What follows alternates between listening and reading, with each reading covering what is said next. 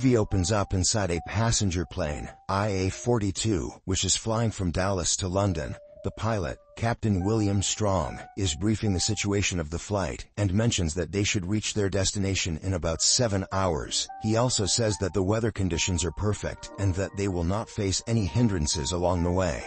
Captain Strong is accompanied by co-pilot Daniel Prentice, with whom he has flown several flights together. As the duo is talking, a strange anomaly suddenly occurs. The electronics inside the cockpit start flickering, and this prompts Captain Strong to call for help. Fortunately, the ground control assures him that they don't have any mechanical problems, and that the skies ahead are clear. With this, the pilots get relieved, but just when they reach a bit ahead, they notice a gigantic storm brewing. Taken aback, Captain Strong immediately contacts the ground control again, as the latter had just mentioned that the skies would be clear. However, to their surprise, the man mentions that the storm appeared out of nowhere. Left with no options, Captain Strong urges the passengers to remain in their seats and proceeds to get through the storm. Co-pilot Daniel is unsure about the idea, but the captain tells him it's the only way. After this, both of them race through the intense turbulence, while the passengers scream in fear. Fortunately, after a bit of a scare, the plane passes through the storm and enters smooth skies.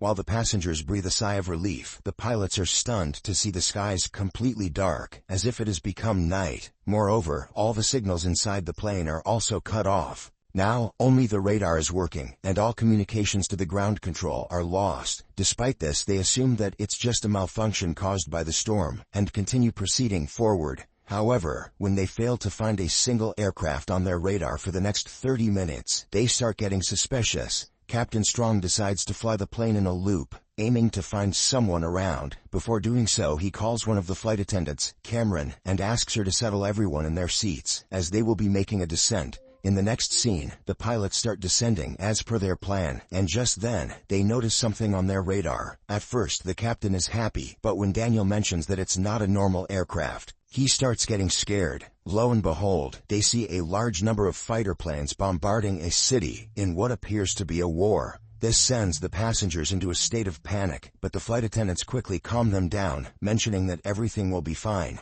Meanwhile, inside the cockpit, the pilots are equally stunned, but just as they investigate the situation, a bunch of fighter planes start circling them. As they are about to be attacked, they use their radar to get away from the firing line and again ascend into the sky. With this, the danger gets averted for the time being, but the passengers start getting more anxious by the minute. Some of them demand that Cameron reveal what's happening, but she calmly assures them that everything is under control. In the meantime, Captain Strong fails to connect with anyone on the ground, and since he has no clue about their current location, he decides to descend once again. The plan is to inspect their surroundings and deduce the exact location they're in. Daniel immediately disagrees, as he is wary of the threat looming below. However, when the captain mentions that they'll soon run out of fuel, he agrees. Meanwhile, two passengers, who are revealed to be historians, Dale and Bennett, find the situation odd and decide to inform the captain about it. They then sneak up inside the cockpit and inform Captain Strong that the fighter planes they just witnessed have not been made since 1945. In fact, they are the Luftwaffe, which were owned and operated by,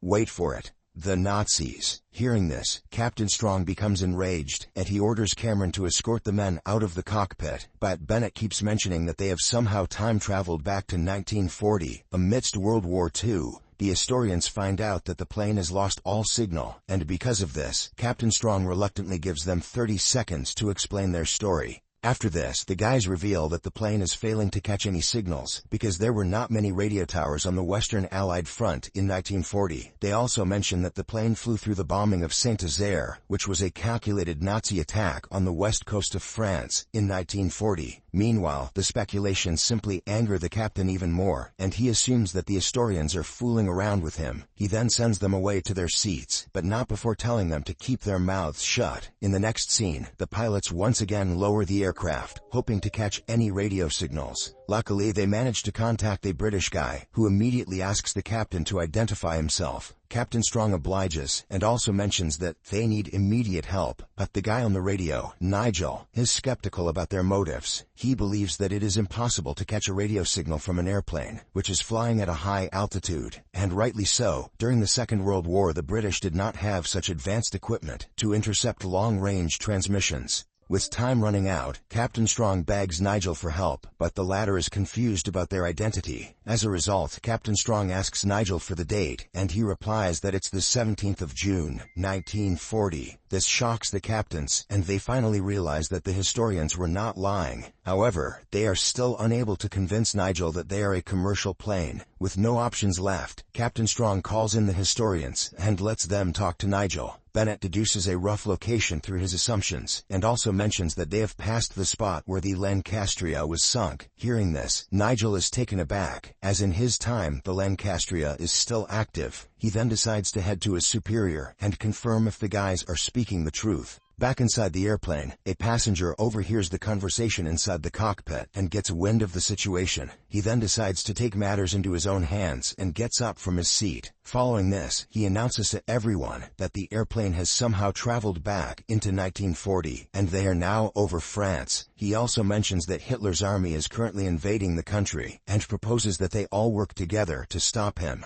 Thinking he's probably just trying to go viral on TikTok, they call him a lunatic. However, some of them agree to join him. With this, the newly formed group decides to hijack the cockpit and make a crash landing, but they are soon stopped by a couple of US soldiers. Soon, a fight breaks out, and even the flight attendants join in on the action. Luckily, the bad guys are subdued, and they are tied to their seats so that they don't cause any further disturbance. Meanwhile, Nigel again contacts the pilots and reveals that their information about the Lancastria was right. He also mentions that the information helped them rescue a lot of people. As a result, Nigel finally trusts Captain Strong and decides to help him land the plane. But for that, he will need their exact location. Captain Strong and the historians give a rough estimate of their location, but it is still not enough. Hence, the co-pilot comes up with a plan to turn back their lights so that they can be visible to the British soldiers. Sadly, as soon as he does so, the Germans find them first, and a bunch of fighter planes start surrounding them. They start pelting the aircraft with bullets, sending the passengers into a state of total chaos. Despite this, Captain Strong doesn't panic, and he tries his best to avert the attack. He then comes up with a plan to lose the Luftwaffe.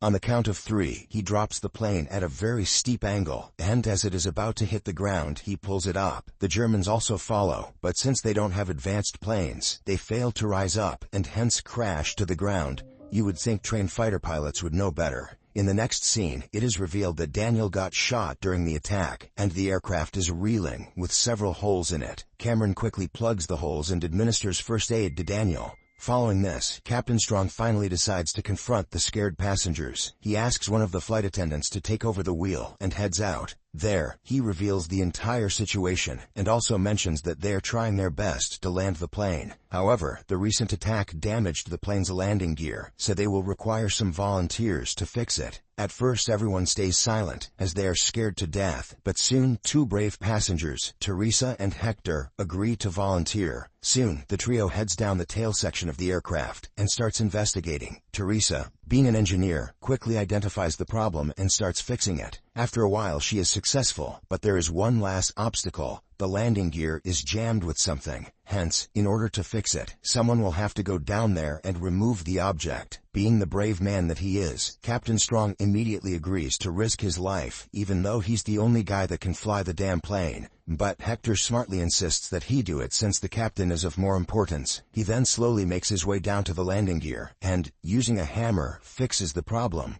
Later, Captain Strong heads back to the cockpit and again descends to establish connection with Nigel. After he does so, he mentions that the aircraft has only 80 minutes worth of fuel left in it, so they need help immediately. As they are talking, 2 German aircraft suddenly attack the airplane. This time, they even fire missiles, which blows out all the windows of the plane. With all the passengers in a state of shock, Captain Strong comes up with another plan to evade the enemies. He uses his only form of equipment, the radar, to track the enemies. He then cleverly tricks the Germans and makes them crash into each other, hence saving everyone's lives. After the close call, Daniel realizes that they can't keep descending, as it will reveal their location to the Germans. Just when all hope seems to be lost, Bennett comes up with an idea. He proposes that they cut off the airplane radar and send it over to Nigel so that he can use it and guide them through to safety. The captains are hesitant about the plan, but they have no other choice, so they agree. Following this, they re-establish contact with Nigel and brief him on their plan.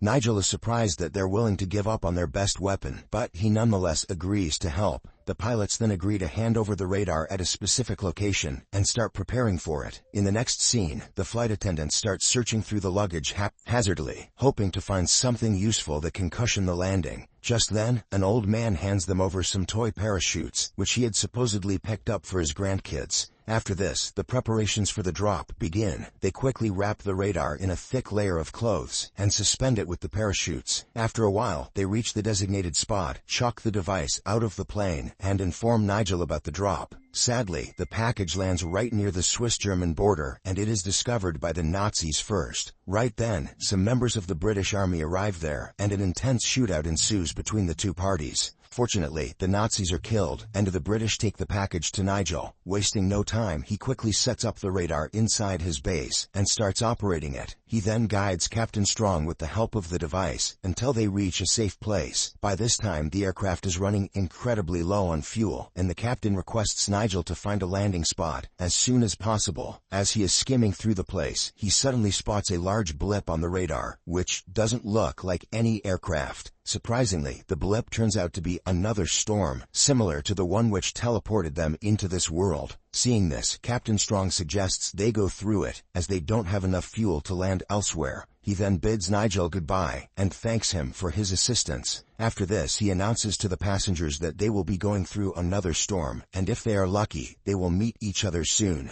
Captain Strong then braces himself, and along with Daniel, plunges the aircraft into the storm. Fortunately, their plan works, and the aircraft is teleported back to present day in Berlin. The ground control there contacts them and mentions that the whole runway has been cleared for them to land. At last, after 6 hours of chaos and terror, Flight IA-42 finally lands. In the final scene of the movie, all the passengers celebrate the landing and start heading out one by one. After a while, Captain Strong also gets out of the cockpit and finds the same old man sitting alone inside the plane. He appears to be writing a book titled The Radar System That Saved Europe. The movie ends as the old man is revealed to be none other than Nigel himself.